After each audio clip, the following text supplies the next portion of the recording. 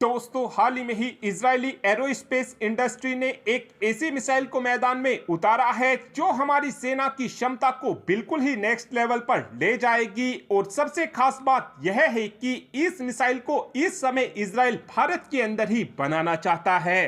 दरअसल इजराइल की तरफ से टीजर नाम की मिसाइल को हाल ही में ही मैदान में उतारा गया है। इस मिसाइल की खास बात यह होने वाली है कि इस मिसाइल को गाइड करने के लिए हमको एक अलग से साइट मिलेगी, जिसका इस्तेमाल करते हुए हम अपनी इस मिसाइल को गाइडेंस प्रोवाइड करा सकेंगे। और ये गाइडेंस 2.5 किलोमीटर दूर से भी इस मिसाइल को प्रोवाइड कराया जा सकेगा। इस मिसाइल की रफ्तार 200 मीटर प्रति सेकंड होने वाली है। वजन इस मिसाइल का 2.25 किलोग्राम होने वाला है। इस मिसाइल को हम शोल्डर लॉन्चर की मदद से फायर कर सकेंगे। और इस समय इजराइल अपनी इस मिसाइल को भारत के साथ पार्टनरशिप के तहत बनाना चाहता है। साथ में इस समय इजराइल की तरफ से ये भी प्लानिंग की गई है कि इस मिसाइल को हम भारत के अंदर भारतीय सेना की जरूरत के हिसाब से बनाकर तैयार करेंगे। साथ में इस मिसाइल को हम भारत में ही बनाकर दूसरे देशों को भी एक्सपोर्ट करेंगे। साथ में एक अपडेट कल्याणी ग्रुप को लेकर भी आया है, जहां पर इस समय कल्याणी ग्रुप की तरफ से बताया गया है कि हमने हमारी नौसेना के लिए 30 mm की नेवल गन के डिजाइन को बनाकर तैयार कर लिया है।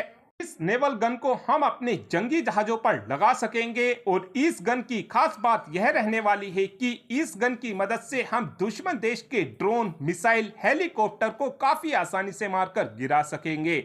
इस मिसाइल की एक खास बात यह भी रहने वाली है कि ये मिसाइल फास्ट मूविंग टारगेट को भी काफी आसानी से न्यूट्रलाइज कर सकेगी। और इस गन के ऊपर एक स्टेल्थ सील भी लगी होगी, जिस कारण इस गन का पता लगा पाना भी बहुत ही ज्यादा मुश्किल होगा।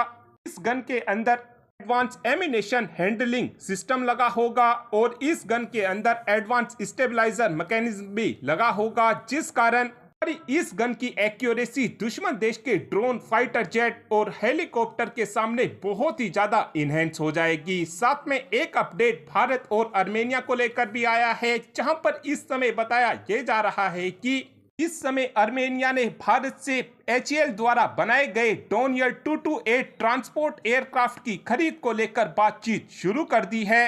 और उम्मीद इस बात की जा रही है कि जल्द ही भारत और आर्मेनिया के बीच इस डोनियर 228 ट्रांसपोर्ट एयरक्राफ्ट की डील को भी साइन कर लिया जाएगा।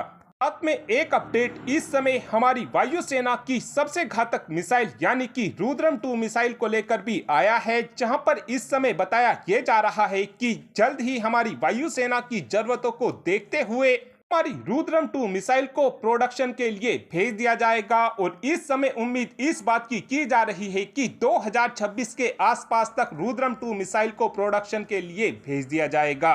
और अब आप ही कमेंट कर बता सकते हैं कि क्या हमको इजराइल की इस टीजर मिसाइल को लेना चाहिए, हाँ या फिर नो। इस बात का आंसर आप कमेंट बॉक्स में दे सकते हैं। Thanks for watching this video. Have a good